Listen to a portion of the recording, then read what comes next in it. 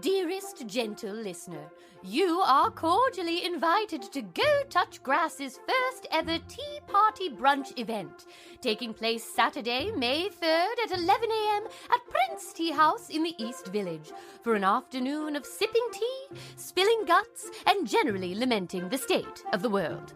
This limited ticket event is reserved for the best of Grass Nation's Ton and will feature a full brunch with tea, a drag performance, exclusive goodie bags, and a special event curated by their Royal Highnesses, emphasis on the high, Millie Tamarez and Elise Morales, to help you process everything that's happened in 2025 so far in an Instagram-worthy environment you know you'll want to post to Grid.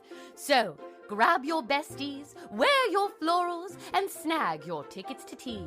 Ticketing details available at patreon.com/GoTouchGrass. Ta-ta! This is a HeadGum podcast. You got mail.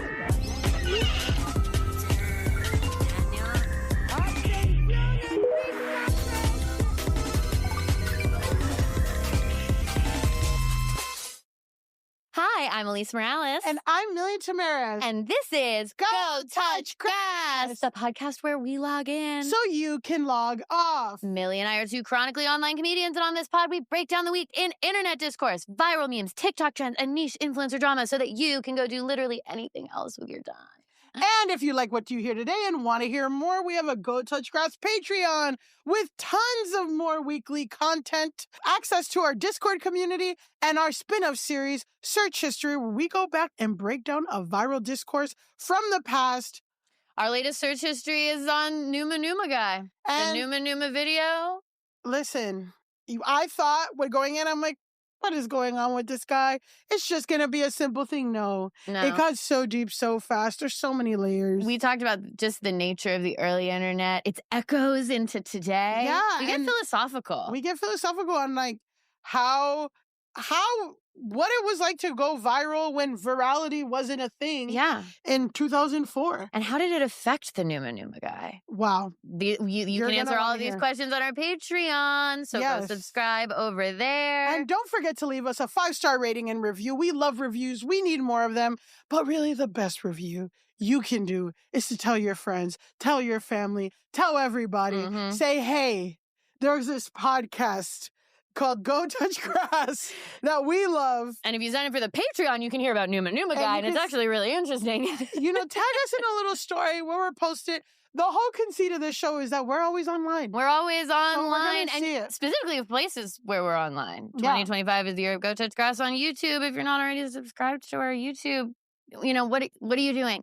We can't keep begging you. Every episode we're saying, please subscribe to YouTube. And people are subscribing. And people are subscribing, but it's not all of you. Yeah, because I am comparing the numbers and it's not all of you. So if you haven't subscribed to the YouTube, go over there, subscribe. The YouTube videos come out every Saturday. You get to see cool visuals, extra stuff that got cut out of the episode, then makes it to the YouTube. It's a different experience. It's a visual experience. Go to the YouTube, sign up, get subscribed. And we're putting our reels on there, and we do need our positive fans on there because the comments are YouTube comments are a different space.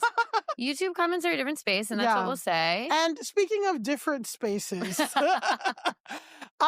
if you want to see us live, you got 2 chances to do that. We still have tickets left for our tea party, now happening on May 3rd at 11 a.m. at Prince Tea House in the East Village.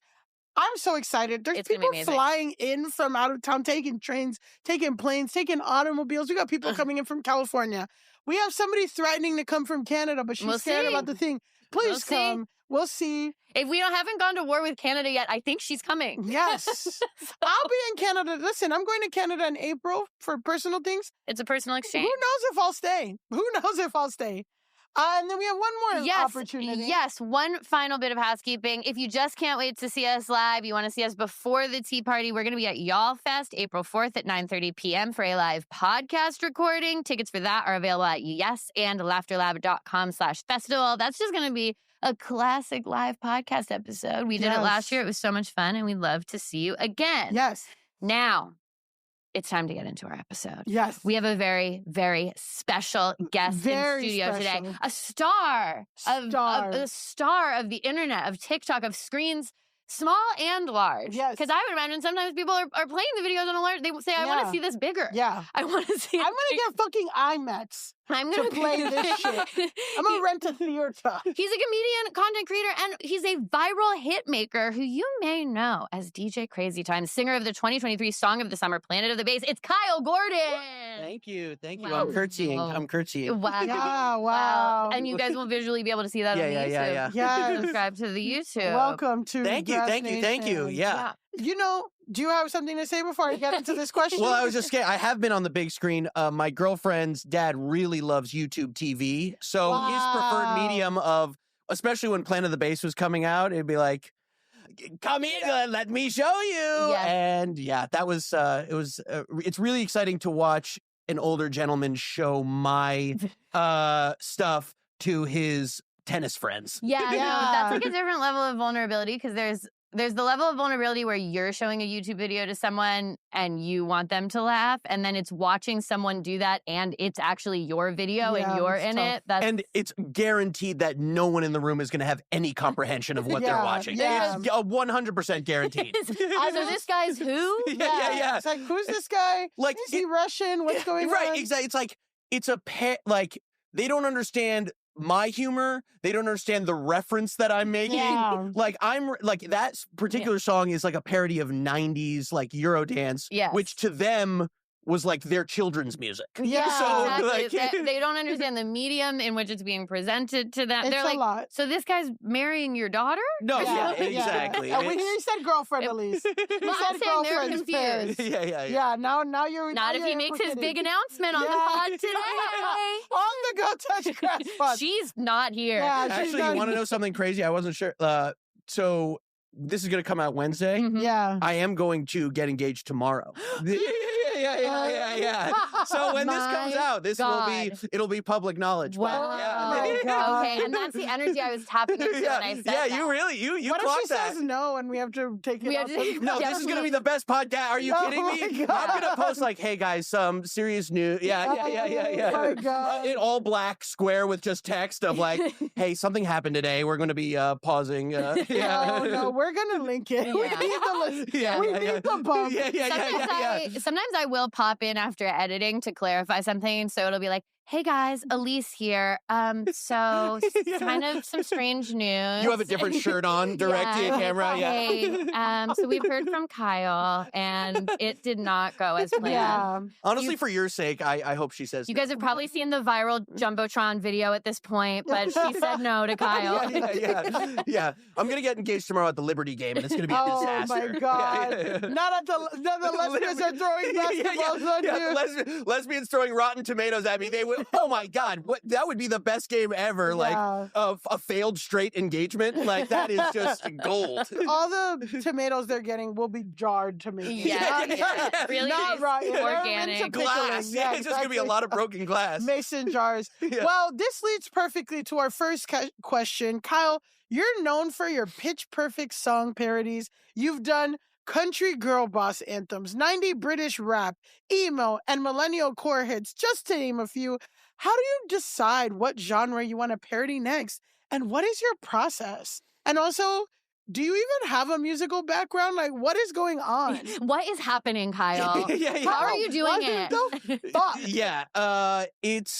How do I pick? I mean, well, so I'm about to come out with my new album. And so that's all new songs. And that was the first time I had written material just for the album. But all the stuff on the first album was shit that I'd just been performing live in Brooklyn, like me and a guitar. Yeah. So my background is pretty like, I write songs, but it's like, I know like 4 chords and could kind of, if you know 4 chords, you can kind of put a pop song together. Yeah. And so I was actually just listening to a podcast about Charles Manson, and that was kind of his, that was his songwriting. I mean, is he also getting engaged tomorrow? Or well, I think he's no longer with us. Oh, he's dead. Unfortunately. But Charlie's gone. So much big news dropping for Billy. Yeah. Kyle's getting engaged. Charles Manson's dead. No. Charles Wilkinson's dead. But I'm glad you read. People don't give him enough credit for being so funny too. He was hilarious. There's some funny evil people. We talk once a week about Trump being funny. One of them's one of them's president. Yeah. Exactly. And then there's a very not funny evil person who's also kind of president, but we'll talk about him Well, later. we'll talk about him interesting. later. I'm curious. Okay. It's Elon Musk. Yeah. Oh, okay. I thought you were going to be like Turkmenistan. No, we're talking about Elon Musk. No. Enemy of the pod, Elon Musk. Yeah. Back to your process. Yeah. So you have 4 chords. You used to play on guitar. So then what happened with this album? Yeah, you got like more like a studio. What's going on? Yeah. So like, so essentially the first album was like a bunch of songs that I'd just been playing around me and a guitar, and then I had the idea of like, because they were all genre parodies, but like I just couldn't afford to make them sound good and have them be fully produced. And then I got a little bit of money to like actually make the album. And I was like, oh, I can turn this into like, have the pop punk song sound like a real pop punk song, have the country song sound like a real country song. And so, but all that material was stuff I'd been written and, done over the years. And then this was the first one where it was kind of cool, where I hadn't been testing it live in front of comedy audiences. I kind of just put it out there, and it's been going well so far. So it was a good like ego boost and confidence builder of like, oh, I can just, like it was, I could just write these songs and be confident in myself that they're good without having to like test it for 10 years. No, that is such a different process to go from stuff where you're like, this is the culmination of like all the work I've been doing to this point. Yeah. Which I guess is often what a sophomore album is. Well, this that's is your what I was very sophomore worried about. album. As a The music first fan. the debut album is the combination. Yeah, it's and like the sophomore album is like. Well, now I guess I write a bunch of new songs, and I definitely don't have the same like amount of time and space to test them out in front of an audience the way you would. Exactly. Yeah, so off mic, we were talking because Annie DeRusso, who is an indie artist, she's really great. She does like kind of like grunge, like indie pop. She was in here and she was talking about her tour with Caleb Heron. She was talking about the difference between touring music and touring comedy. She's not a comedian. She's just purely indie. But you said off mic, you were like, oh my God, music is so much easier than comedy. So I want to hear like what makes you say that and why. Because she said that comedians have an easier time on tour than musicians, but you emphatically gave us the other opinion. So we have to give you the And I'm, in all fairness to her, I'm curious to hear her take. But no, we're starting beef between you and Andy DeRusso You're today. beefing with a Nashville-based indie artist. Well, no, off mic, I was like, whoever that is, fuck them. Yeah. I don't even, who the fuck is that? Yeah, fuck her girl anthem. Yeah. Kyle actually had to like really cool down before we started recording. I got here an hour ago, but they needed to give me like 30 minutes of space. No, your publicist was pissed. Exactly. He's gonna kill me. They took it out on you. Yeah. I know. What did you say to him? Yeah. What did you say to him? No, it's all my fault. Yeah, You didn't read the document we sent about stuff not to say to him? Yeah. Exactly. Don't bring up any female artist. It was crazy. Do you want to answer the question or do you want to lean into the beat? It's so many directions to go. But no, having done comedy much, much longer than because now I do tour with a band, and it's more like, long story short, I used to think of my show as like a comedy show with music. And now I think of it as like a funny concert, in that it's like standing room, music venues, band, whereas it used to be like comedy clubs, seated, blah, blah, blah. Yeah.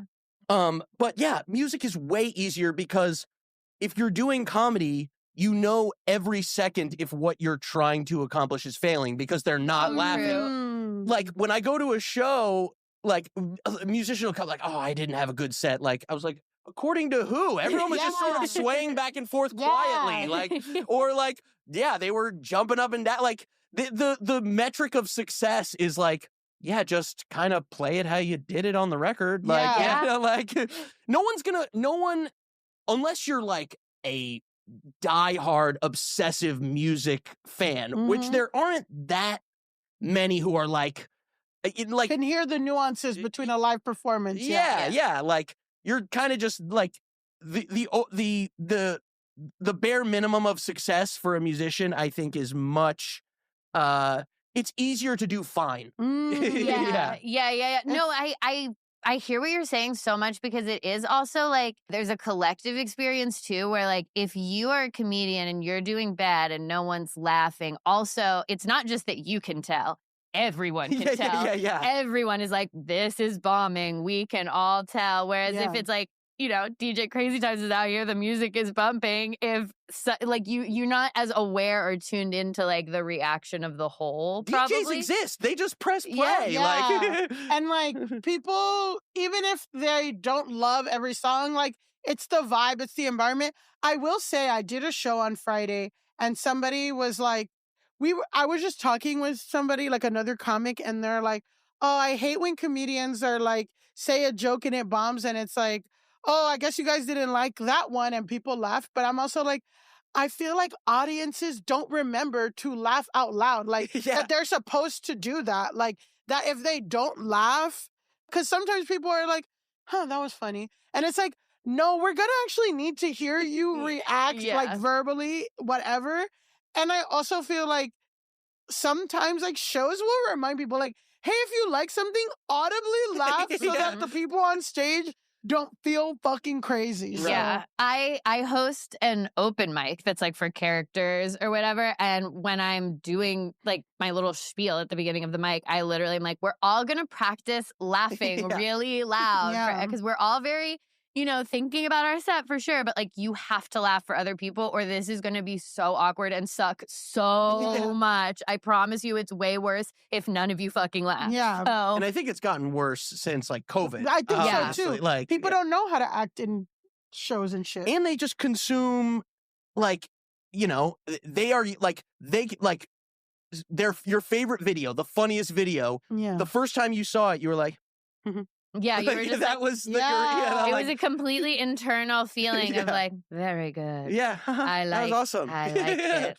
And and the frequency in which people consume funny content, I don't think the mass doesn't understand how long it takes to actually be good at something, how long it takes to work on something, like the output, the vulnerability involved with making a joke that you're just seeing the end product. Yeah. So it's just a really interesting time for live performance. Yeah. Okay, that segues perfectly into our last question for you about you.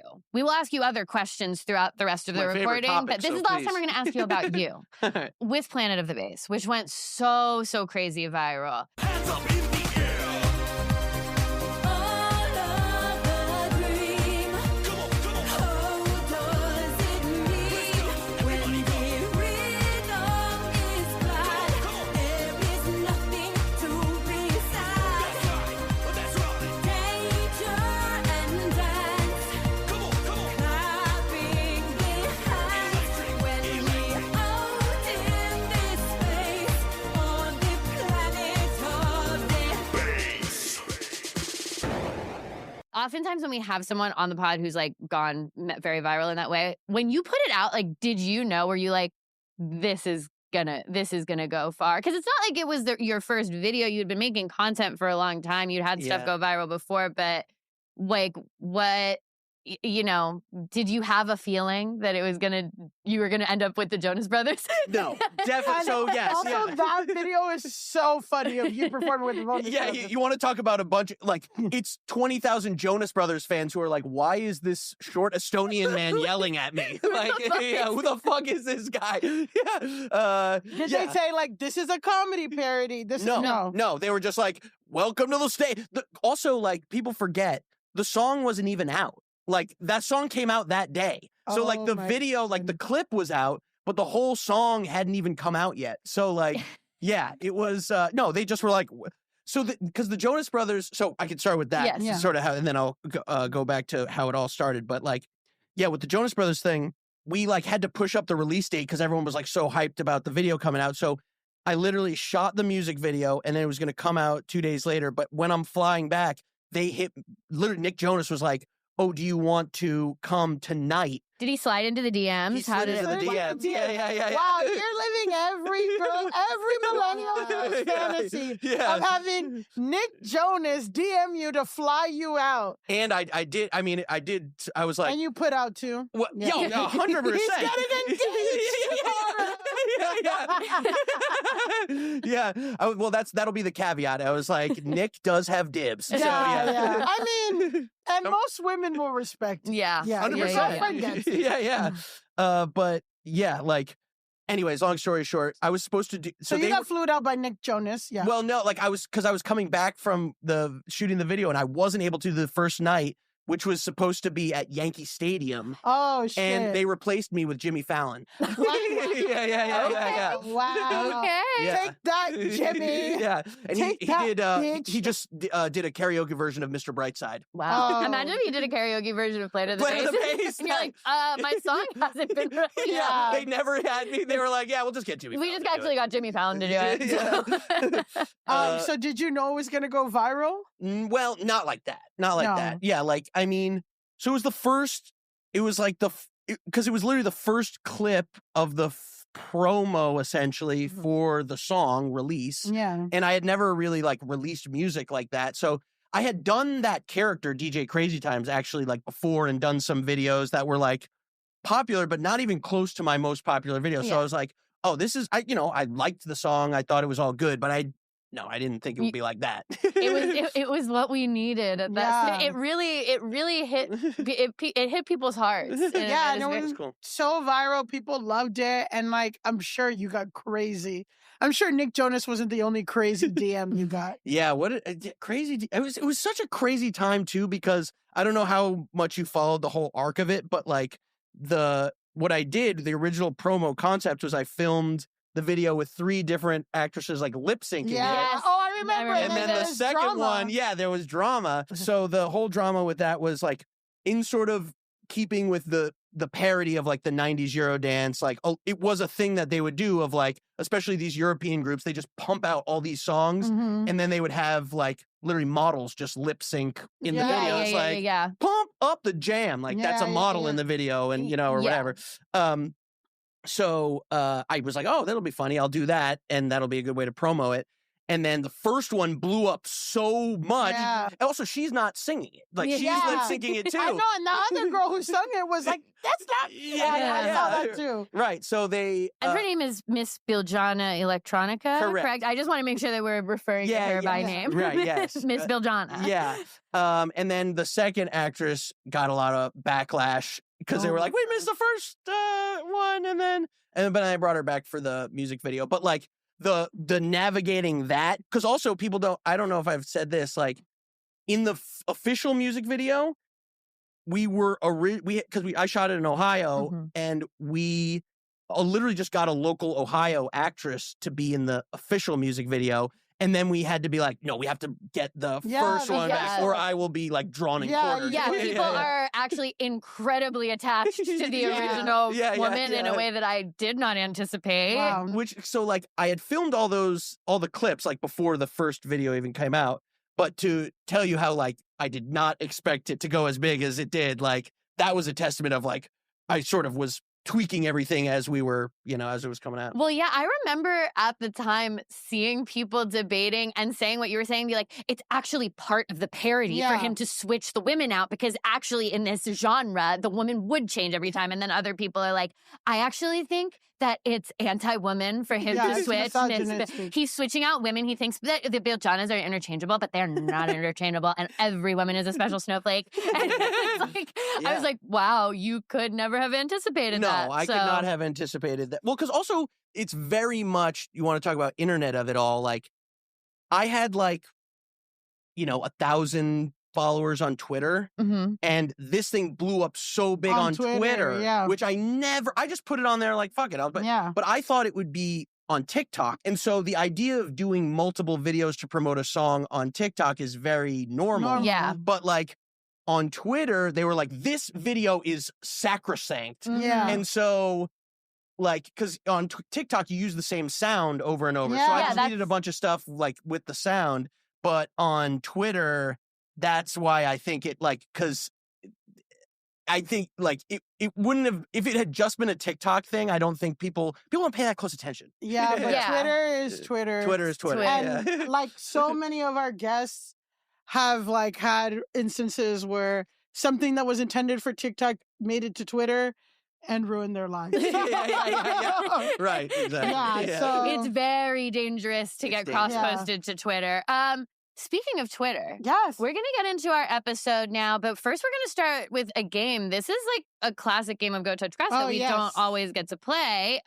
This game is called What Are They Talking About? Yes. And it is a game where Millie has pulled a tweet. Yes. It's a reply of some kind. Yes. And we're going to have to try to figure out what they could possibly be talking about. Yes. Okay. So no context.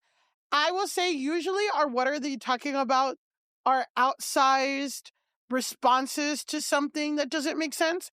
But I will say this is an appropriate response. Okay. So Interesting. go to the next slide. Just one slide over. Connor. So this is called the tweet is from @YuckyTom. And the Shout out. tweet, shout out to old Tom @YuckyTom. And it says, big quote, we don't call women losers enough moment. So Okay. this is very recent. Mm. So I want you guys think about the times that we are having in this country and Mhm. think about what would prompt someone to reply that we are not calling, to bring attention to the fact that we don't call women losers enough. Enough. Think about something that maybe Okay. a I- woman could be doing That's Mm. loserish. that's loser and made her kind of the main character of Twitter for a day. Ooh. I'm wondering if it's that press secretary, the girl who wears the big cross. Oh, Carolyn Leavitt. okay. Yeah. Okay, that's a good guess. That would be a slam Miss dunk. Ma- Okay, Ma'am. Kyle, what's your guess? My instinct not to get internety of it is the woman who hit the other woman with the baton. Oh, Yeah. wow. That's literally a loser. Yeah, 'Cause like she's in every sense, she lost all across the board. Yeah. That's losing in the purest sense. in the track and field thing, these girls were running. This other girl clearly hits her in the back of the head, but then is crying to the thing like, "Oh, guys, I was tripping and it was an accident." yeah. Yeah. Um, Guys, we have to put a pin in track and field baton discourse, but the crazy. video is crazy. Yeah. The video It's- is crazy. It's kind of undeniable that she hit that It's It's lady. like Yeah. with the- cartoonish. It's like Looney Tunes, like clunk. Yeah, Yeah, you do kind of expect it, to be like, Yeah, oh, yo, yo, yo. A big lump to grow out of the top of her head. Well, so your guess was the press secretary. Your guess was the track and field.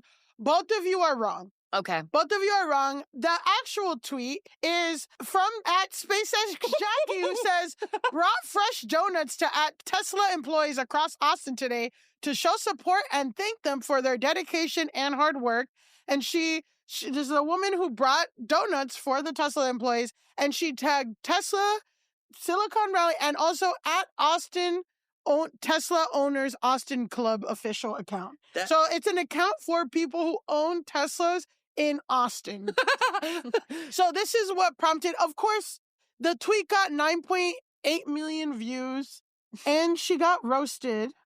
Well, this is actually props to her because she's invented a brand new way to cross the picket line. Like Yeah. this is that's incredible. Like Yeah. it's like there's no strike going on, but it's like you had to walk, because people are picketing right now, right? Yeah. Yes. So she had to walk through with a box With of donuts. donuts. And say thank you for your support. Your Yeah. service. And your service. What I mean, And the service is owning a Tesla. Is working at the Tesla place. Yeah, I know. yeah, I'm yeah. like, is this also in response to like that people have been like vandalizing Cybertrucks or People are whatever? vandalizing Teslas. People are pissed because Elon Musk and his band of bandits, which we will get back to We'll today. be talking Doge We'll a be little talking bit. Doge a little bit. They are laying people off, and a great way to show, kind of protest that is by, picketing Tesla dealerships. And Miss Jackie, SpaceX Jackie, is saying, here's some donuts. So the internet said, you know what? We don't call women losers enough. yeah. Yeah, but Jackie. you guys made some really Yeah, fuck good- yeah, we don't do that. yeah. You called, Hell yeah, brother. you called Danny DeRusso a loser. You yeah, don't even called know- it. We had to take out all that stuff. you said about her. Exactly. That was really I started tough. this beef. Yeah. I started this show with beef against women. Okay. But that Wow. was a good guess, and that was our game. That was a great game. Yeah. And speaking of things that you started, Yes. for today's discourse. So the discourse is our segment where we talk about something that everybody's chatting about online, something that's trending, a big viral topic. And for the first time in Go Touch Grass history, Kyle, you're here to make history. What's that? The Debbie, that fucking Disney girl who, have you seen that meme? Oh my God. Describe the meme, Alicia. It's that girl, Debbie something from Debbie Ryan. And she says, I walked into the CEO of Disney's office and I said, let's make history. And I did. My one thing was I went into the Disney Channel building and I sat down with the president of Disney Channel and I said, I want to make history. And that's what this is. That's what I'm thinking. That's you beautiful. walking into Go Touch Grass. It took us a second to get there, That's but how I that's feel. you. To you, and you know what? Women with ADHD. we Yeah. can do it. Yeah, we're back. We're back. Yeah, we're but back. it took some time to No, get I there, got but it. it's Not a all very women funny are meme. losers, yeah. It's a very funny meme. Not all women are losers. Women are losers. We're not losers, right? Okay. So, what I'm trying to articulate now is that today, for the very first time in Go Touch Grass history, we are talking about a discourse that our guest was integral in creating. Yes. We are talking about the Millennial Burger Joint trend. Yes. I was Wow. gonna be like the BBL disc. Oh, We're, yeah, that one. we are talking about. That was I was more tangential. In that. Yeah. Everyone was talking about Kyle's BBL. And Yeah. Yeah, but that was crazy to 2023 era, Yeah. Kyle. Was that Yeah, I know. BBL? Yeah, people. But the publicist made us cut it out. Yeah, that was what was so great about Planet of the Base. People kind of forgot about my whole BBL. Yeah. Well, the base, the ass, and whatever. Yeah. They didn't get the people don't get the subliminal message. Yeah. Anyway, back to Millennial Burger. The Millennial Burger. I've heard it called the Millennial Burger Joint Trend, Millennial Burger Place, Millennial Burger Restaurant. Anyway, before we get into it, I know that we're millennials. I did Google your age, but how do you identify you as a come out- millennial as well? Or Are you going to come out on Are the you gonna- closet? Yeah. Well, I identify as 14, but Okay. yeah, I'm very solidly millennial. Okay, I'm great, 32 great. years old. Yeah. So, okay, we are all coming at this from a place of being millennials Yeah. Yes. who have eaten Big time. at these burger joints. Yeah. Yeah. So, okay, Kyle, I know you've seen these videos because you're a big part of them, but Millie, have you seen these videos? Is it like just because I'm like, people are just using one of Kyle's song parodies as a sound Yes. over videos of restaurants? I'm like, It's videos of it's so okay. You have released a song called it's You're Not We Are Young. Yeah, Because We Will that's Never a parody of We Are Young by So, Fun. and also the first line in the sound is me saying we are young, but yes. then the chorus is we will never die. We are young. There's a fire in our soul. We go big or go home together. We are young. That's right. We're black and we're white, but we all will be tonight forever. 'Cause we will never die. So it's a parody of the like boom clap millennial anthems where Yes. people are how would you describe Yeah, that tell us genre of Well, music? before it became associated, which is so the millennial burger trend, Yes. which definitely like took off on its own. Yeah. I always called it like millennial Coles music. So if you were like shopping or like in a Carnival Dillard. Cruise ad from like Yes. 2011, so it's very like relentlessly optimistic and sort of that's why I call it like we will never die. It's like, and it always had the very chanty chorus like you know, yeah, there's exactly. there's room for the CVS core, like all that stuff. Yeah, there is like always just like a stomping and a clapping. And in the videos that you've made for it, you're in like such perfect millennial core attire, which is like the wide brim fucking hat and like the little 14 boots. different necklaces. Like Youth Pastor. Yes. Yeah. Well, that's a really good, like, because it's so funny that, like, as soon as that sort of style of music left, like, the mainstream popularity, it was immediately co-opted by, like, Christian megachurch people, you know, like cool youth pastor exactly. for like church. I That mean, are like sleeping Hillsong. with everybody. Yeah, it's like Hillsong Skinny Church. jeans. Just like Hillsong big Church, time. yeah. Hillsong. Yeah. So for anyone who doesn't know, Millennial Burger Joint trend is like it's a TikTok trend that was very specifically tied to the release of your song because 99.9% of them use the sound from your song. And we'll talk about it's basically people parodying these kind of classically millennial restaurants where it's like super industrial decor. using words like kick ass a lot in the menu. It's always like, founded by two guys with a crazy dream to change the way burgers are done in this country. Really uncomfortable chairs. Yeah. Burgers are all $17. Yeah. Calling appetizers shareables. Mm. That type of stuff. So it's like Fries in the metal basket. Yes. Yeah. a lot of truffle oils being truffle. used. Truffle. Yeah. Yeah. So, I mean, I immediately recognize like what one of these restaurants is when I hear about the trend. Yeah.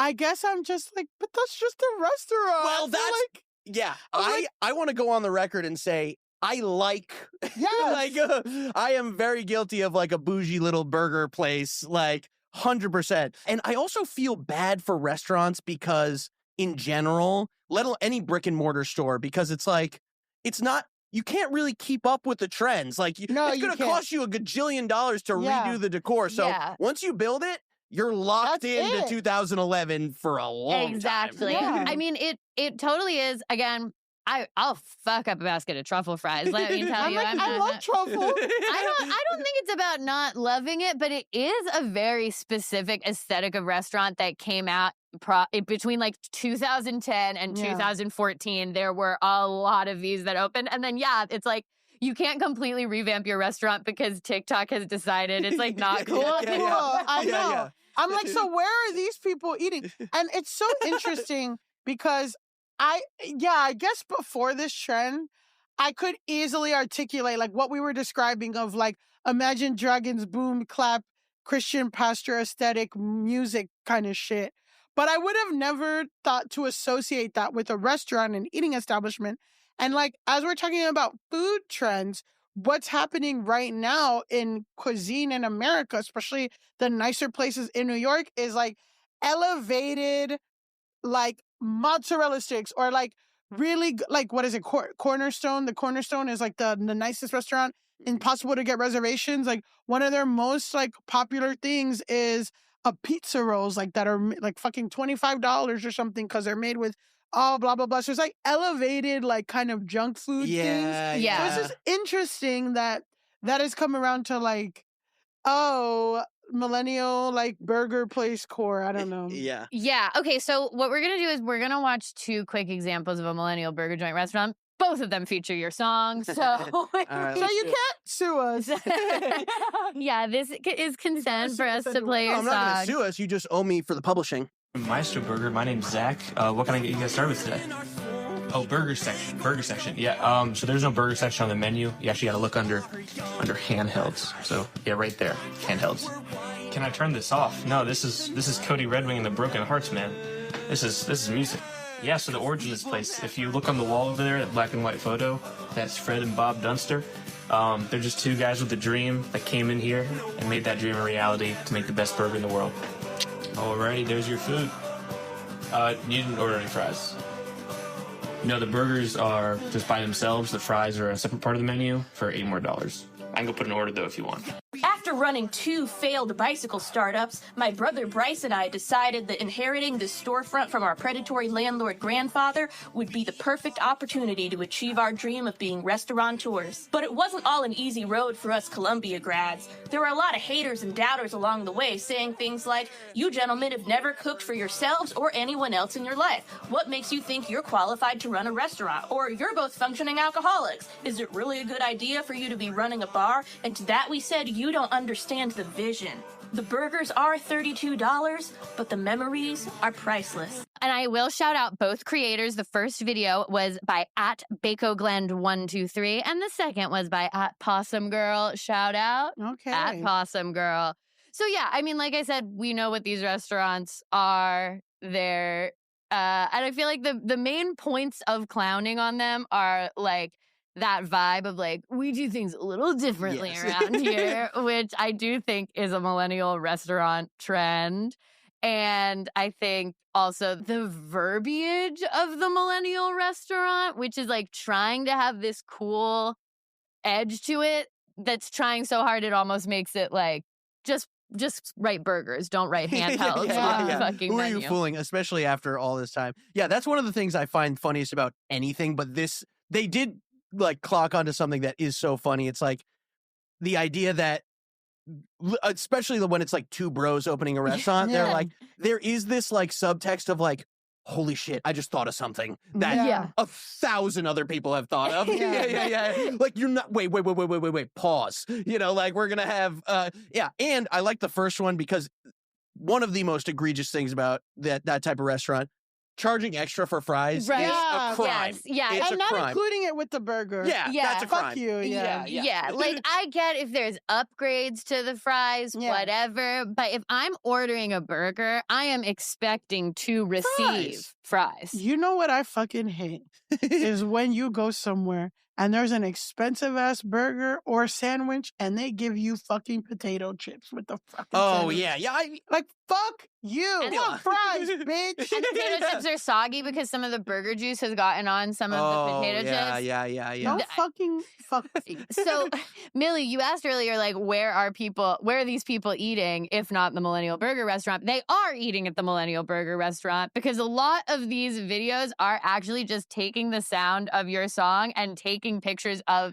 It's like people using your song and then taking videos of themselves at the Millennial Burger Restaurant itself and being like, so this is all the same video of just a guy who went to this burger place and like took pictures of it. Again, fries and drink are separate. And this has There was a combo drink. Okay, fries and drink, and it's only $5 more. Okay, fine.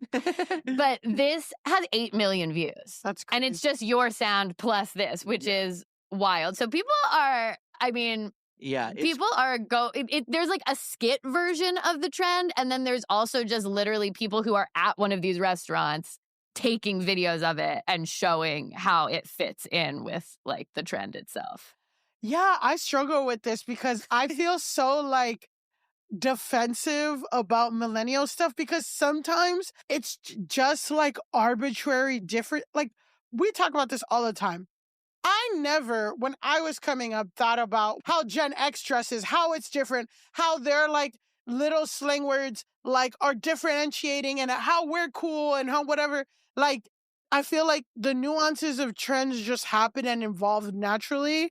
And like, you might get clowned for wearing something like outdated, but it wasn't so much ascribed to this generation versus this generation as a way where like Gen Z, like, has this obsession with calling things out that are millennial and this is millennial and like derogatory in a way that bothers me where I'm like, hold the fuck on. I'm only like 5 years older than you. And also like, I am objectively cooler than you in every way.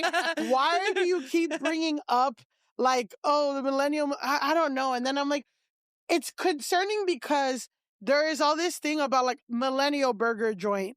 And I see that and I get it, but I'm also like, what's the Gen Z restaurant? What's the boomer? Like, are these really definable things? Can you just, I don't know. But they'll have their time. They'll have They'll have their time. They'll have their time. No, They're it's just, true. it's 2025. Just we'll grit our sit teeth. and wait. Grit We'll our sit and wait. teeth. Look, I'm contributing to it. So yeah. But you were making fun of us, a clear aesthetic that we have. Like, Yeah. now people are wearing the big pants. Yeah. Now it's not. Yeah. Now it's not the big hat. It's the big pants. The pants are big. The hats are small. The glasses are small. The But it whatever. always goes in. But that's the thing I say too. It's like right now in 2025, like everything from 10 to 15 years ago seems dorky, just in the way that Yeah. trends go. Like disco music, there was nothing less cool in 1987 because that was like 10 years, and then just give it 10 more years. Disco is who doesn't fucking love disco? We all love disco. Like That's so true where it's like 10 years ago is uncool, outdated, blah. Yeah. 20 years ago is like back in cute. style, really cool. millennial burger joints will have a revitalization in 10 years. Oh, and Wow. I see TikToks all the time that are like videos of people in high school in 2005, which literally was when I was in high school, Yeah. and they'll be like, "Oh man, to be in high school in 2005." So it's like, yeah, 20 years is cool, 10 years is considered not cool, and I think that's just normal. Yeah. I will say, as far as like the Gen Z versus millennial wars online go, Millennial Burger Restaurant I'm like, they're onto something. This is a very fun, like this is a real aesthetic that did come about Yes. from us getting Not in, me, yeah. becoming restaurateurs. Yeah. And it is a very funny and specific thing of that, that attitude of like, I'm sorry, did you mean to order the kick-ass burger with extra sauce? I'm like, okay, like, let's relax. I don't think that Gen Z has the startup capital have their own restaurants yet. Well, also, I'm like, the second comedian or the second artist or whatever made a thing of like, oh yeah, we're 2 Columbia grads, babe. They're revoking degrees. It's a fucking flex to actually have graduated from Columbia. They're snatching those things back. Gen Z will have no Columbia graduates at this rate. They'll be very nostalgic for it because it won't exist anymore. Exactly, bitch. So put some respect on millennials. That's all I'm saying. The millennial degree trend, which Yeah. is I'm just saying, like, we're the only people who know how to rotate a PDF at all. A master's is going to be so vintage. Well, the millennial being able to read trend. Sorry. Sorry. I'm just saying the pants are big, but the opinions very small. But one thing I will say though, like, because I feel like I laughed at this because number one, I think maybe because it like comes from your song. To me, it feels more like inter-millennial jesting. Like obviously Gen Z is making fun of the Millennial Burger restaurant as well. It's a TikTok trend. But I feel like I've seen a lot of people who are, I'm like, well, that's also just another millennial who's like, no, you clocked us good on that one. Yeah. The Gen Z versus millennial TikTok thing that I can't fucking stand is when someone's like meeting a millennial and then they talk in like BuzzFeed internet speak. Yes. And I'm like, we never talked like that. That was only for typing. It was only for typing. Yeah, it's SEO, bitch. You don't even know what SEO is. Shut the fuck up. Yeah, that's like when people complain about like when you look up a recipe online and it has like, like all the bullshit before, like they're not just doing that for no reason. Yeah. It's for like all the SEO bullshit, Yeah. You cannot post a restaurant. It will not show up on Google if you don't have that Yes, shit. yes, You exactly. have to have it. Like, Yes. you have to They have know you're going to scroll through it. They just need it for SEO. Yeah. Now they'll even have the little thing that you just hit jump to recipe. Exactly, bitch. Yeah. So stop complaining. Yeah. Okay? Let these little people who are sharing their stuff, having their little website of recipes, get their traffic. Yeah, Okay. exactly. But yeah, I feel Millennial Burger Restaurant, I genuinely am like, okay, this one's funny. This one can stay. Yeah. Millennial, the one where it's like, my puppers and my doggos. I'm like, no one ever said that. Yeah. I'm like, sometimes it feels like it's an impression of a YouTuber specifically. Yeah. That's what it is, The cadence is like, I'm like, oh, you associate millennials with just being YouTubers because you were watching us on YouTube. And that's a very specific way of speaking. We weren't doing that with each other out and about in the world. Yeah. I'm just saying, too, this is my message to people of all generations. Being young is not a flex. I'm just saying. I went to the suburbs a few weeks ago. Somebody came up to me and was like, they had an inside joke that they were the youngest person in their group, and they're Gen Z. And they're like, well, you guys are so old. You guys are so old. You guys are so old. And I'm just like, bitch, you live in the suburbs and you're fucking corny. And I don't know you. Like, it's not a flex. You will be old one day, hopefully. If everything goes well. If you are blessed in life, you will be in this position one day. Yeah. So shut your ass up. But should the millennial be... Of course it's roasted, but I'm just like... Ugh. Yeah. Yeah, but it's just the inevitable, like... But when you were young, didn't you feel like... You were like, God, I'm going to be young forever. And all those Of old course. people, it's the cycle, It's the cycle of life. I Yeah. know. It's so funny also to look back on the aesthetic of this time period, like 2010, which I feel like, probably all of these restaurants were founded in like 2011. And then like the aesthetic in your music video. And remembering being in that time and not even realizing that there was truly such a look to what we're doing. Like, you need 10 years to look back and be like, Right. oh my God, why were we all wearing like industrial like hats? And like, what was this weird, big like hat. ripped, torn, Yeah. safety pin the indie sleaze of it all is But very people like interesting. indie sleaze. Yeah, Indie yeah. sleaze is coming back now. But that's the thing is that, you know, you don't know in the moment which of the, I mean, you can sort of have a hunch, but like, you don't know which of the subcultures that are percolating are going to be the ones that people resonate with 10 years Yeah. or 20 years, or the ones that are going to be dorky, like, you know? Yeah, what becomes the thing that's like definitive of that time in a side eye way, and what is like, oh no, that's actually cool. Let's bring that back. Let's bring twee back. Yeah, yeah. But the thing is, there'll always be people like who bring back different subgenres Yeah. at all times. So Yeah, fashion is cyclical. But all right. So, any final thoughts on the millennial burger trend before we go on to TikTok, our next segment? Well, if it goes out of style, I'm excited to see it have a resurgence in 10 years. Yeah. Again, in 10 years, we'll make fun of the millennial burger restaurant again. Yeah. I feel like, Kyle, you gotta make a chain of millennial burger I know, restaurants. I yeah. know. God, I gotta play your cash theme in song. quick. Yeah, I Yeah. know. Yeah. That play your songs. Wow. On repeat only. Yeah, you should That sounds do like a hell. Yeah, I know. almost like a millennial Dave and Buster's type situation where you can go to a restaurant and pretend it's 2011 again.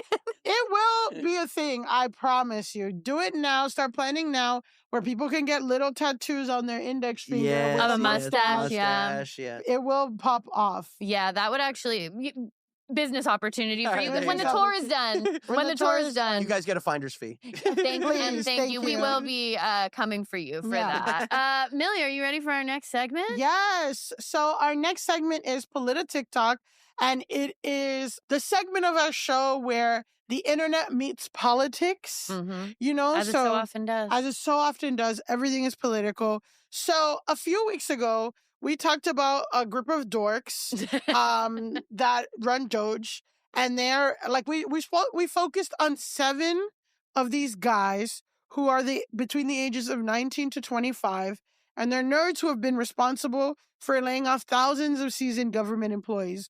We went through their social media things, found out one of them used AI to undecode a scroll from Mount Vesuvius or Mount something. Vesuvius.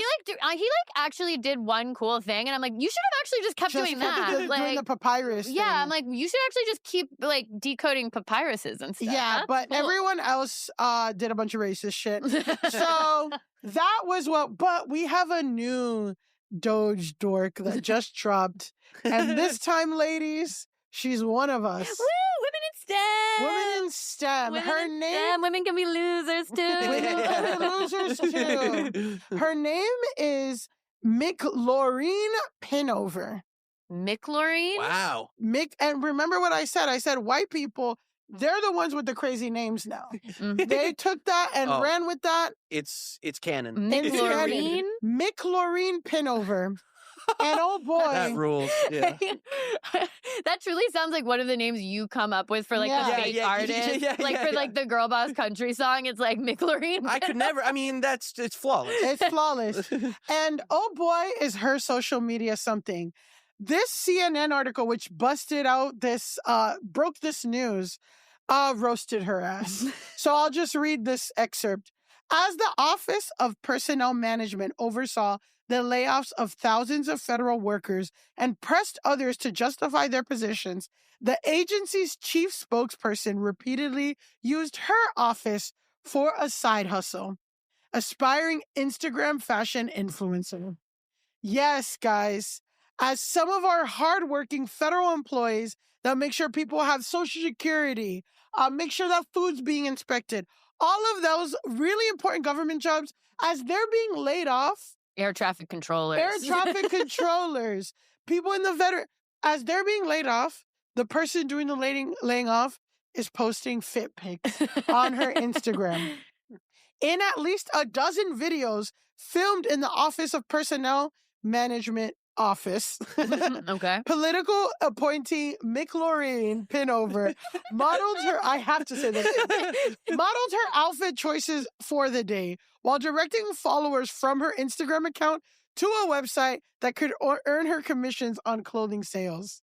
On the same day, so what they did was they tracked and found the post because she only had 800 followers, right? Mm.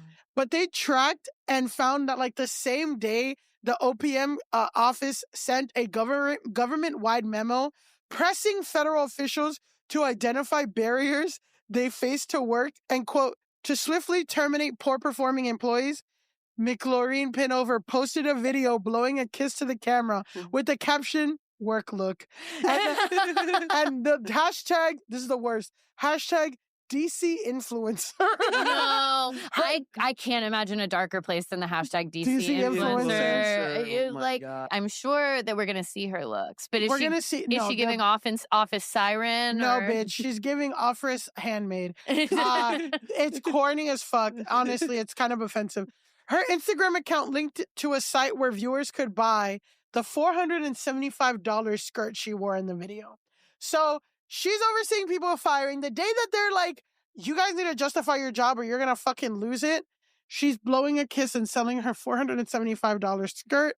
Some people said her videos could violate the rules that prohibit use of government property for personal benefit, as she was using a website that pays content creators. Unfortunately, I just don't actually think there are rules anymore. I'm sure it does violate the rules. I'm like, there aren't rules for Trump, but there are rules for McLaureen Pinover. McLaureen Pinover. She hasn't gotten far enough up the ladder to where there are no rules for her. Oh, yeah. I mean, it's fun honestly, up there. Yeah. you have to be really high because there's rules for Matt Gaetz. Matt Gaetz didn't make it. There were like 2 rules. There are 2 rules. And Matt Gaetz didn't make it. The rules are you can't get your homeboy to get hookers on back pay. What was it? Venmo. No. Venmo. What was seeking arrangement? And Venmo. But they Venmo'd them. And he was buying Molly on Venmo. And paying for underage Activity. sex work, activity. But anyway, so you can't do that and you can't use your government job. She was a Trump appointee, a Trump administration person. She did not answer to the list of questions asked, but she did delete her Instagram account within minutes of getting emailed from CNN. That's efficient. On Instagram, where she had about 800 followers. Again, CNN is so shady. They're like, she was doing this for 800 followers. I know, it's like, I don't want to be one of those people where it's like followers matter, but it is very funny to be doing this for sub 1,000. And okay, followers, whatever, but she did call herself an influencer. Yeah, You know, like. Well, this is like, again, another shady thing. On Instagram, where she had about 800 followers, Pinover's posts were adorned with hashtags like hashtag DC style and DC influencer and soundtrack with hits like Sabrina Carpenter's Busy Woman. She had posted as recently as last Tuesday when she uploaded a video showing herself typing on her office computer.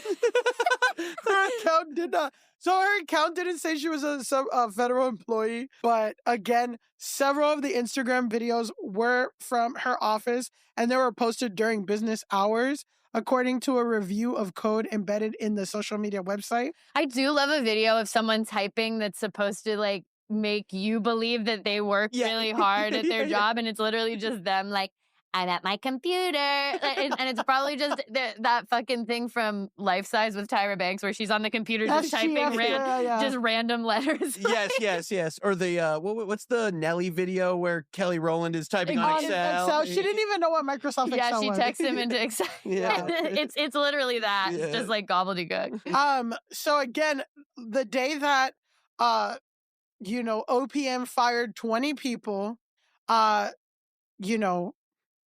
she posted the video of her twirling. So this, I don't know. February 13th, they fired 20 people. And then they found a video of her that she was like twirling around and smiling. Typing in the computer. And they asked someone how they felt about it. And they said, the communications team worked their butt off to support other agencies and the workforce. To post that video the very day your entire team is getting laid off is ridiculous. While her team is getting axed, she's twirling around in her office. I thought that was funny. I'll just read these last 2 little bits, and then we'll look at 2 of the outfits. Of course. Pinover also posted a video on February 28th, the day that OPM sent out a second government-wide email asking federal employees to summarize their work. Administrations like Musk have described those emails as a broader effort to root out employees who were not using their time efficiently. Quote, pretending to work while taking money from taxpayers is no longer acceptable. must post it. And it was just like the irony of like, I know, it's like, this is someone who is literally filming videos where she is pretending to work. Yeah. So crazy. So the worst offense is that like the outfits go from fine to just trash. And you know already me, like I already am offended when skinny people can't dress, when skinny people with money can't dress. But so let's go look at one of the outfits. And everyone online, if you go to the Go Touch Grass Instagram, I'm obviously going to post a bunch of these. Okay. And this is the $475 skirt.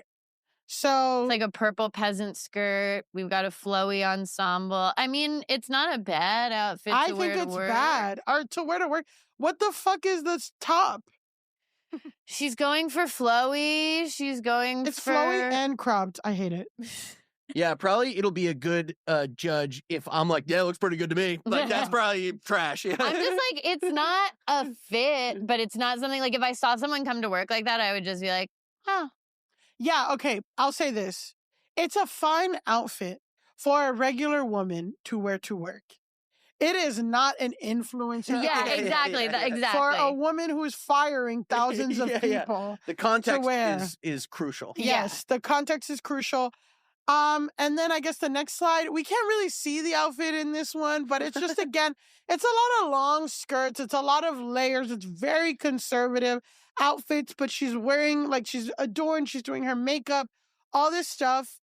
And again, it's just giving normal woman. It's not giving. normal woman. Exactly. It's not giving influencer, use my affiliate link page. Right. It's like the one we're looking at right now is a gray, it looks like gray skirt, gray sweater, and then a little tied around like cream sweater. It's just, I mean, again, if I saw a woman at the office wearing these outfits, I wouldn't be like, her outfit looks bad. I would just be like, yep, lady at her desk. But I wouldn't ask her what she's wearing either, which is the whole point. The whole point of being I guess what's offensive to me is that the whole point of being an influencer is that you're supposed to have a lifestyle and it's supposed to be aspirational, which means that people look at you and think, wow, I want to wear that. I want to look like that.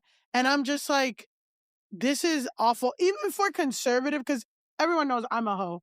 Like, I'm always showing skin. I'm always wearing whatever. So it's just not my style. But I'm like, there are Muslim girls. There are conservative women that have some kind of pizzazz and style. This bitch is not one of it. And she's firing everybody. Fuck her. Yeah. No, I'll absolutely fuck her. Yeah. So, also, it's proving like there's no way you are better than all of the people that just got fired. Exactly. To be sending out emails, it's like, you have to say 5 things you did today. And it's like, what's 5 things you did today? You're filming Get Ready With Me's in your office, and they're not even very good. It's so aggressively mediocre. Yeah. Yeah, that's the thing is I feel like what you said is perfect. It's giving normal woman. Like, why are we doing this? It's giving normal woman. You're not adding any pizzazz. You're not adding even a little bit of color or something. Yeah. 'Cause that's interesting. How to dress interesting and work in... Shut up. Yeah. Get the fuck out of here. I'm not even looking at like classic pieces where it's like, this is super well tailored. Like, this is a really nice whatever. It's just literally like a lady in a sweater. No. Yeah. And we'll send the Diet Prada posted like multiple of her outfits. They're all little videos, which were hard to share on here because I didn't want to watch her videos. And her Instagram is down. So yeah. Wow. Wow. So that's TikTok. TikTok. Wow. And finally, to keep it going on women who should delete their whole internet presence, we have the theme today really is we don't call women losers. losers big enough. It's a big we don't call women losers enough moment. So on our final segment of the pod, we have Grasshole of the Week. Grasshole of the Week. Which is where we nominate one person on the from the internet who needs to log off the most. Yes. Who needs to go touch grass. Yeah, they need to interact with the real world around them. Yes. Very important. Post haste. And again, Miss McLaureen Pinover was a great candidate, but she logged off. Yeah, that's the thing. She logged off now. Yeah, testament to her. Yeah. The account's down. Yeah. So instead, our Grasshole of the Week this week is a woman named Natalie Barnett. Okay. And she is a UK-based fitness influencer who has 418 followers, 18,000 I was followers about to be like, on TikTok. That's sort of a McLaren Pinover sort of Yeah, situation. yeah, She is not a McLaurin Pinover. Pinover. She has 418,000 followers on Instagram, 1.9 million followers on TikTok, and 241,000 subscribers on YouTube. She's a big fitness influencer, and she's been updating her fans for years about her plan to open her own gym, her own fitness center in London. And the venue is called The Girl Spot, and it's catering only women, right? So 4 years ago in 2021, Barnett posted on Twitter, on X, to confirm that trans women would be welcomed in her gym. She says, respectfully, if you have a problem with trans women attending my gym, then you can find another gym to train at. I have discussed this several times before. Trans women are women and also a minority that need to be protected. Please keep your transphobia away. So that was kind of the sentiment that she had in 2021. She did a GoFundMe for this gym and got 25,000 pounds, almost 25,000 pounds, which is oh, right, British we're dealing currency, with British people. which is confusing because this is gym, and I just want to let you know I figured it out. And I'm telling you that no, she's not living 21. She got 25,000 pounds, which is quite a lot. Yeah, And I'd take it. Yeah. I'd take 25,000 pounds. So the gym is very close to being open. She has the place. She's showing us all this stuff. And now that the gym is about to reopen, she's like, oh, by the way, the gym is only for biological women, not trans women. It's a major U-turn for what she said initially. And oh boy, is the internet going off on her. So I was trying to find a video that like had her, because her original statement, she made like a couple minute long video about why she's deciding to do this and all this stuff. And she had to delete it. So what we're going to do is we're going to watch an ITV kind of summary of all this stuff that happened. This is a very British story. Wow. ITV presents. Exactly. What do you mean you're going to have the idea for a women's only gym base, but when it comes time to actually opening, you're going to backtrack and say it's for biologically born women only? Not going to lie, Natalie, I want my money back. This is who those women are talking about. Fitness influencer commonly known as Natalie B. Fitness. She said this back in 2021. Of course, trans women are welcome at my women's only gym. I don't see trans women as trans women. I see trans women as women. So 100,000% trans women are. But fast forward to 2025, she released this statement. It's very important to make it clear how my women's only gym will be operating, and it'll be operating as a single-sex space for biological women. Quite the U-turn, right? And now people are saying... Use transphobia, and it's disgusting. Natalie has over 1 million followers on TikTok. Back in 2021, she announced her new business venture, a women's only gym, a place where all women can feel safe. And she gave her followers the option to donate to her crowdfund page to help with her startup costs. And now some people are calling out the influencer because they feel like they've been lied to. You say yes, there's a trans inclusive space. Then once you actually take the people them's money and open the business, you now tell them they can't enter. And that first video wasn't the only time Natalie made it clear her gym would allow trans customers. She posted this a couple of years back. So right now, in terms of my gym, obviously cis women are welcome and trans women are welcome. And now she's backtracked on it. People are even claiming she could be breaking the law. What I would like to know is, how is this going to work out for you legally? And some are questioning how she plans to action this. It doesn't make sense on so many fronts. By that logic, trans men can enter your gym. This is Natalie's reasoning for her change of heart. Inside, we are focusing on self-defense classes, Muay Thai, boxing classes, as well as workshops and activations around PCOS and training on your menstrual cycle, all of which occur to biological women. Majority of the women who are seeking my women's only gym, the Girl Spot, are coming here because they have faced some level of gym intimidation or sexual violence and assault that has been perpetrated by men. So as the owner of the gym, it is very important to make it clear how my women's only gym will be operating, and it will be operating as a single-sex space for biological women. Natalie didn't respond to our request for comment, but she put this statement on Instagram in response to the backlash. In it, she said she sympathises with trans women and that their decision was not easy. and added she has spent time and money seeking legal advice. Wow. Wow. So, yeah. I mean, just obviously you can't take people's money and then pull the rug out from under them on what the gym seems is. pretty cut and dry. It's Yeah. like, I am going to do one thing.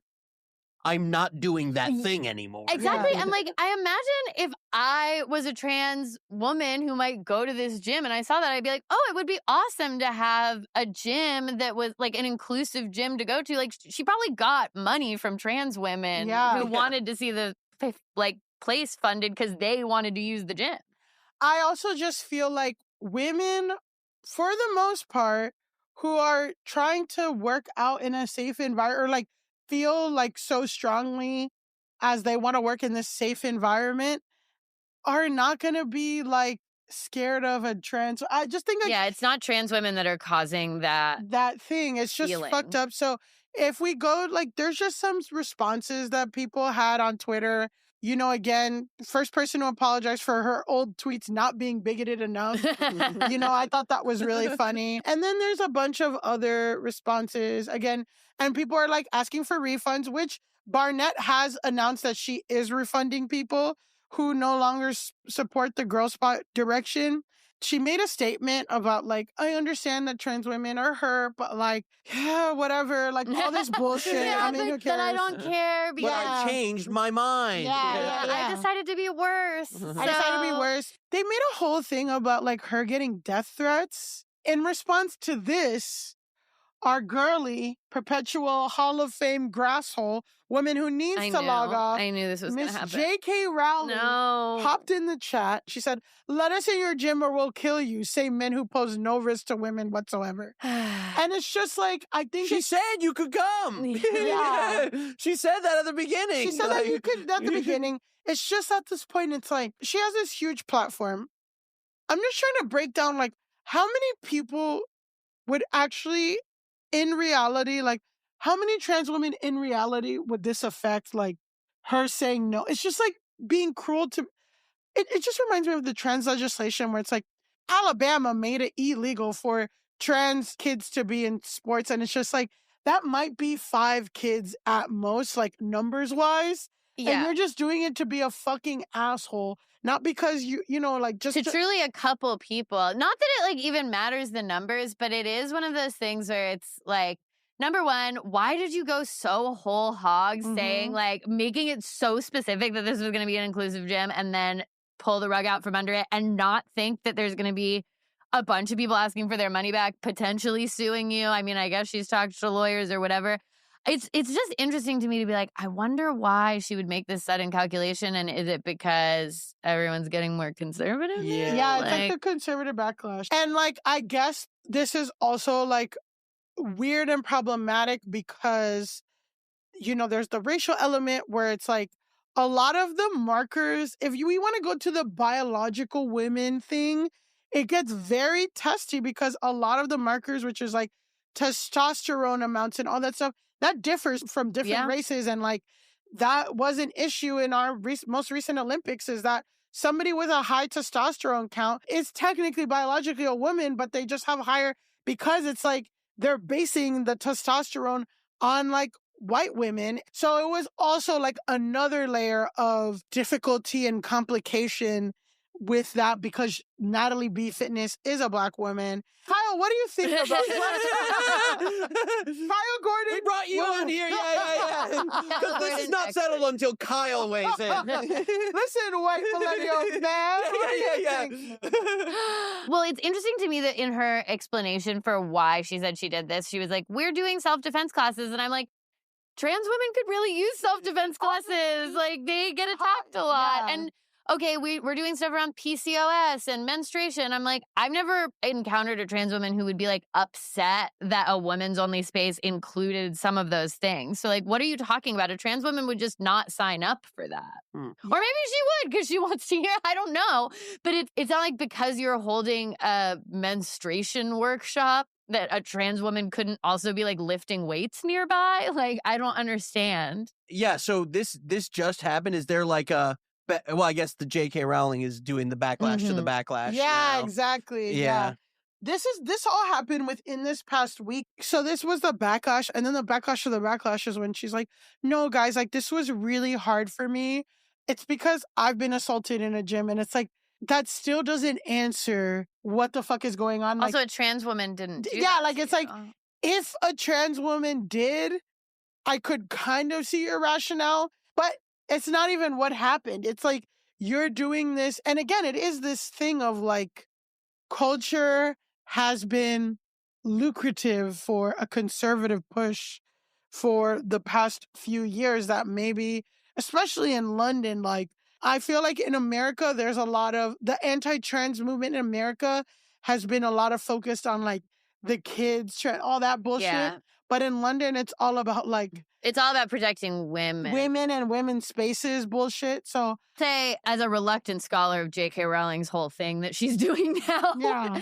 that is her party line, is that Yeah. she's like, I just want to protect women. And it's honestly wild. Last time I was home, my mom vaguely referenced the J.K. Rowling stuff. She was like, oh, because I used to be a big Harry Potter person. That's my millennial curse is that I was deep into the fandom. My mom's like, isn't J.K. Rowling crazy now or something? And I was like, Mom, it goes so far beyond what you could ever imagine. If you go to her Twitter, every tweet is about stuff like this. Yeah. Like this is it's not you'll maybe get one that's like, and by the way, Harry Potter show is coming, but 99.9% of it is just this stuff. Does she even now. write anymore? This is all she does now. I think this is actually all she does. She's released some weird books under her pen name Robert Galbraith because yes, she uses a male pen name, which is a whole other which is a whole other complicated. And then thing. she writes kind of like she writes weird mysteries. I remember I bought one of them, which was like before she became No, you bought it turfified. after. Yeah, no, Be I bought it honest. after. No, Be I honest bought to it was me. called The Casual Vacancy. And I remember it felt very like she was trying to say fuck and cunt so much to like get away from being Harry Potter that I was like, it was like too much. Oh like my when God. a Disney star does porn. you know? Yeah. It was honestly very millennial burger restaurant where it's just like these are fucking good burgers. I'm like, what is going Or on? it's that Like, one Mumford and Sons song where it's like he says like fuck like one time, but he wants you to know he's saying fuck. Yeah. Well, we're not white men, so we don't know the most. Fair. No, yeah. Me neither. I hate. Yeah, so weird. And I don't know anything about it. Yeah. Actually, I think I made that up. Probably. Yeah. Yeah. You know that Mumford and Sons Yeah. song. You No, we don't. don't. You don't know. No, Kyle, we don't know the Mumford and Sons song. Taylor Swift will do the same thing. Like she'll really wind up for a fuck. Like you can tell. See, that and I she's don't know that really either. like Well, that when Olivia she- Rodrigo, I think, is the queen of like very strategically placed curse Curse- words. And I yeah. like Olivia Yeah. Rodrigo. Don't get me Yes. wrong, but like those curse words are like they're like here it comes, Yeah, and here. now I just said it. This is Yeah. where you're gonna sit. I will say I think the most expertly deployed fuck recently in pop is Sabrina Carpenter, Don't Embarrass Me, Motherfucker. When she Yeah. goes deep Oh on yeah, that that's fun. motherfucker. I was like, Motherfucker. that's a good one. That's a good one. That's a good one. I didn't expect you to say it, and you did. You got me. So That's to fun. come full circle, do you feel like curse words are the truffle oil of in millennial language?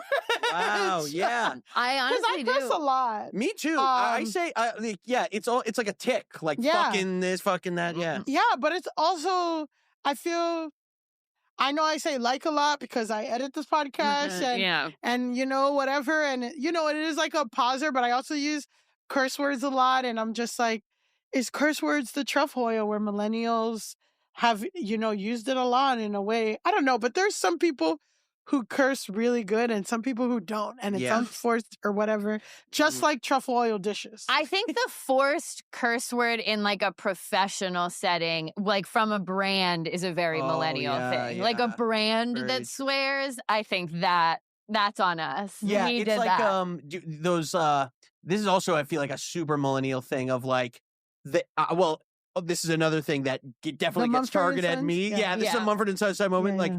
the male edgy razor ad. Yeah. Yeah. Like, Yeah. You shave your fucking balls, dude. Yeah. Like, yeah. Like, Yeah, yes. Yeah, I wonder that too. Like, it's interesting with like the women only gym, whatever. Even though these always have existed, I'm just like, there is this thing of like, as I feel like society, even though whatever conservative politics that are happening, as society, we are kind of moving towards a place where like gender is becoming less of a thing, or like, people are dressing different, like whatever, and expressing themselves differently.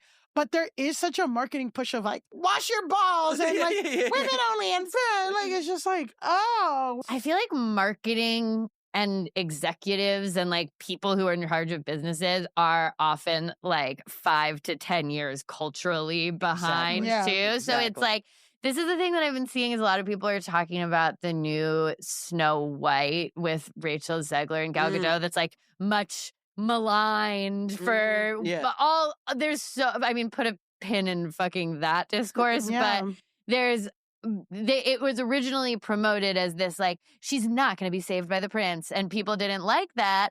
And one person that I was watching making videos about it was like, yeah, that's because Disney executives are still in the feminism of like 10 years ago, where it's just like, have you ever thought that maybe Belle actually had Stockholm syndrome? Have you ever thought that some of these fairy tales are like, there's problematic dynamics in these fairy tales from the 30s? It's very like, we've kind of moved beyond that conversation, but Disney's still having it. And then every movie is like a cracked article from 2012. Yes, exactly. But I'm also exactly. like, I'm like, it's probably come back around because I would love to go to sleep and wake up and be like with the love of my life. Eat a poison apple and then wake up and this fine ass guy like, sign me up. I gotta go on I gotta fucking get a beer with this guy who's not even gonna pay for that's the thing is that people now are like, actually, it's nice to be saved by the prince sometimes. I'm like, I would love a guy who did a chore. Yeah. Let's fucking go. Yeah. God damn it. Yeah. You wake up to a guy who's like, hey, babe, all that stuff you were worried about, I took care of it. Oh my God. Instant orgasm. And you're just like,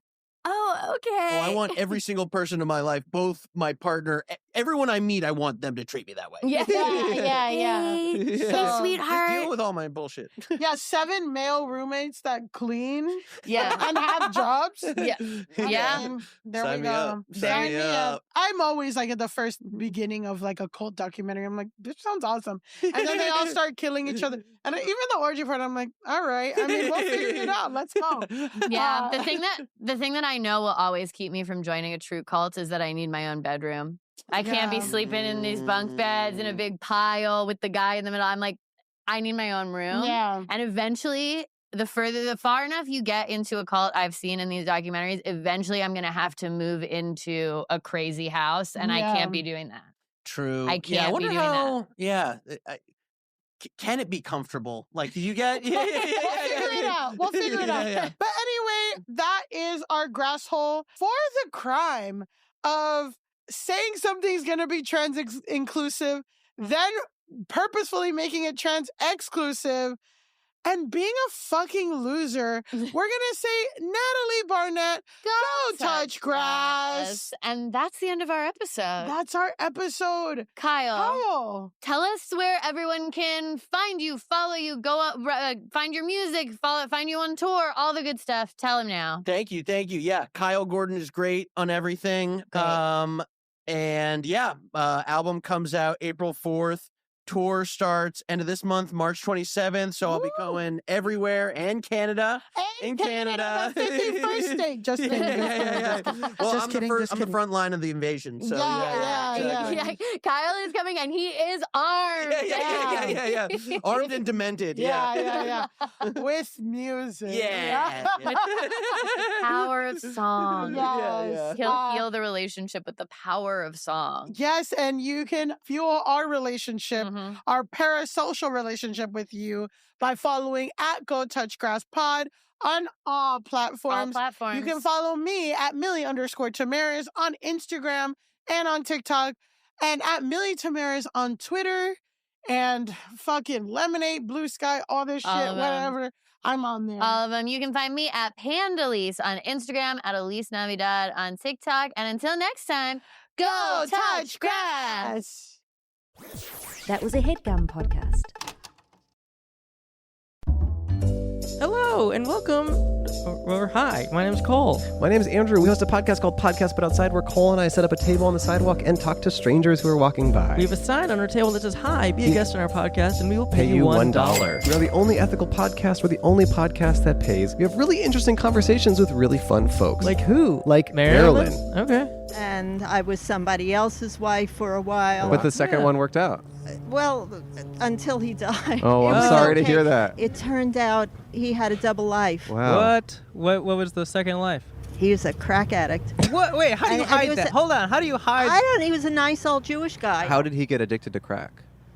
He started smoking it. I know, but I'm just trying to, I know. That was a good clip. Hey, thank you. And sometimes we even have celebrity friends of ours helping us to interview these random people off the street. Like who? Like John Hamm, Adam Scott, Nick Kroll, and Atsuko Okatsuka. So please subscribe to Podcast But Outside on YouTube and podcast apps. And then have a good time.